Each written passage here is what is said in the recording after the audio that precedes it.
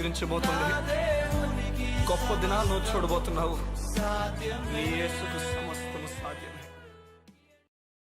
Good morning దేవుని ప్రియ కుమారుడా, good morning దేవుని ప్రియ కుమార్తె. Special good morning to you. సంగమా, మీ జీవితంలో దేవుడు ఘనమైన కార్యాలు చేయబోతున్నాడు. ఆగిపోయిన ప్రతిదీ కూడా దేవుడు కదిలించబోతున్నాడు. చెప్తున్నాను వినండి. ఈ లోకంలో ఈ అధికారి మీ పని ఆపేసిన, ఎవరు వారి మాట వల్ల, వారి బలం వల్ల మీ జీవితంలో చేయాలనుకున్న ప్రతి కీడును చేయడం తలపెట్టిన నీ దేవుడు ఆగడు. ఎవరిని అలా చేయనివ్వడు. తను చేయాల్సిన గంభీరమైన కార్యం చేస్తాడు. ఒకవేళ ఏదైనా ఒక సందర్భం ఏర్పడి నువ్వు ఏదైనా కోల్పోతే మరలా నీకు రెండంతలుగా ఇవ్వగల సమర్థుడు. బైబిల్ గ్రంథంలో అప్పటికే దేవుని స్వార్థ విస్తారమవుతుంది, చాలా వ్యాపిస్తున్న సమయంలో స్టెఫన్ నిలబడి దేవుని వాక్యాన్ని బలంగా చెప్తున్నాడు. ఒకసారిగా స్టెఫన్ కూలిపోతాడు. ఒకసారి స్వార్థ సడలిపోతుంది. చల్లాచితరైపోతారు అందరూ కూడా. ఈ చల్లాచితరైపోతున్న సమయంలో ఇది చూసిన ఒక యవనస్తుడు అనుకున్నాడు, ఇదే మంచి సమయం, కూలిపోతుంది, మరింత కూల్చేయచ్చు అని చెప్పేసి దమస్కు ప్రాంతానికి ఒక లేఖ పట్టుకుని వెళ్తాడు. వారందరినీ కూడా చెరకు తీసుకెళ్ళిపోవడానికి, ఎవరైతే యేసు ప్రభువునందు విశ్వాసం ఉంచుతారో వారందరిని నాశనం చేసేయాలని చెప్పి ఆలోచనతో తను ప్రారంభమవుతాడు.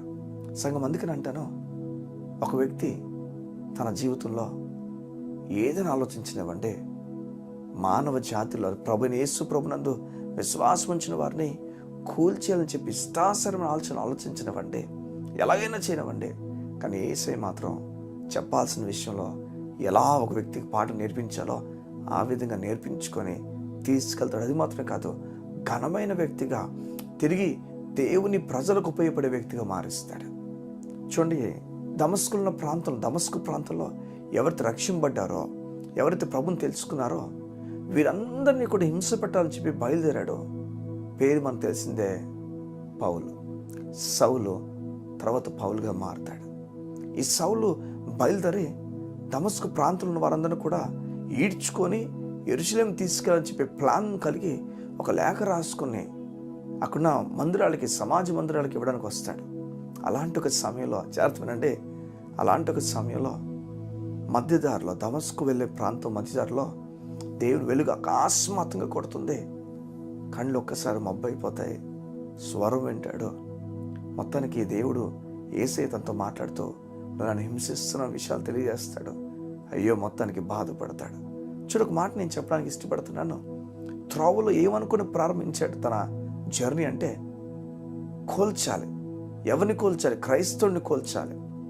క్రైస్తవుడు ఎవరైతే యేసుప్రభువుని విశ్వాసం ఉంచుతారో వారిని కోల్చాలి. ఒక అధికారి అన్ని ప్లాన్స్ కలిగి అన్ని లాస్ అన్ని పట్టుకొని ఇంకా తిరుగులేదు, కేవలం ఈడ్చుకొని రావాలనే పరిస్థితి వరకు అంత వచ్చేసింది. అంత దూరం వచ్చేసిన తర్వాత చూడండి దేవుడు ఎలా ఆపేశాడు. ఏ అధికారి అయితే ప్లాన్ చేశాడో అధికారిని దేవుడు వాడుకుని ఇప్పుడు దేవుని లేఖనం రాయడం ప్రారంభించాడు. దేవుని లేఖనం రాయించడం ప్రారంభించాడు. ఏ అధికారి అయితే ఇష్టాసారంగా జనాలను చంపాలని చూశాడో అధికారి ఇప్పుడు ప్రయోజనమైన వ్యక్తిగా మారిపోయాడు. ఇలా నేను చెప్తున్నాను, నేను జాగ్రత్తగా, నీకు వ్యతిరేకంగా తిరిగిన వ్యక్తే నీకు అనుకూలంగా మారిపోబోతున్నాడు. ఈ ఉదయం నమ్ము, నీకు వ్యతిరేకంగా తిరిగిన వాడే నీకు అనుకూలంగా దేవుడు మార్చబోతున్నాడు. నీ కుటుంబంలో నీకు వ్యతిరేకంగా తిరిగి వాడినాడేమో నీకు అనుకూలంగా దేవుడు మార్చబోతున్నాడు. నీ కుటుంబము నీకు అనుకూలంగా కాకుండా ప్రతికూలంగా మార్చి వారు నీ జీవితాన్ని మార్చడం చూస్తున్నారు. విస్తాసారంగా పన్నుగాలు పన్నుతున్నారేమో ఆ వ్యక్తిని దేవుడు మార్చబోతున్నాడు. అవును, కాస్త ఓపిక కావాలి. ఈ దమస్కు ప్రాంతంలో అందరూ అనుకున్నారు ఇంకా అయిపోయింది, ఈ వ్యక్తి ప్రయాణమే వస్తున్నాడు, జీవితం ఇంకా అయిపోయింది. ఇంకా శిష్యులు లేకపోతే అక్కడున్న యేసుప్రభు నమ్ముతున్న వారు అందరూ కూడా భయాలతో నిండిపోయారేమో.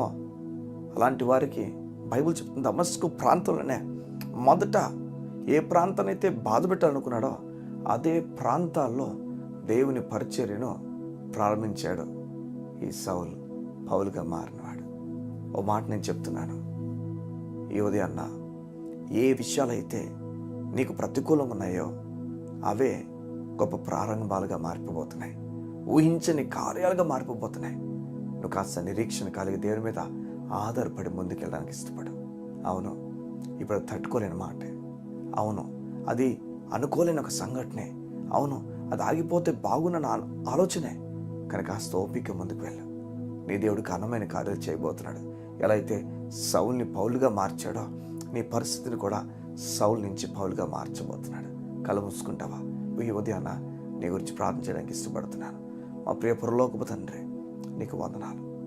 ఈ ఉదయం నీ బిడ్డలను దీవించండి, ఆశీర్వదించండి, బలమైన కార్యములు జరిగించండి. సౌలుని అయితే పౌలుగా మార్చావో అలా నీ బిడ్డల పరిస్థితుల్ని యేసయ్య నామములో మార్చండి. మార్చుచున్నందుకు మీకు మాత్రం మహిమ, మార్చుచున్నందుకు మీకు మాత్రం ఘనత. మా తండ్రి, నీ బిడ్డలు కోరుతున్న ప్రతిదీ కూడా వారికి అందించండి.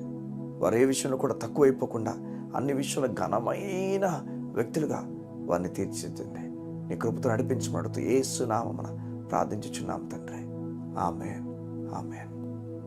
ఈ ఉదయం దేవుడు నిన్ను బలమైన కార్యం వైపు నడిపించబోతున్నాడు. నేను నమ్ముతున్నాను. ఆయన బలమైన కార్యాలు నీ కొరకు దాచబడినాయి. God bless you. See you tomorrow.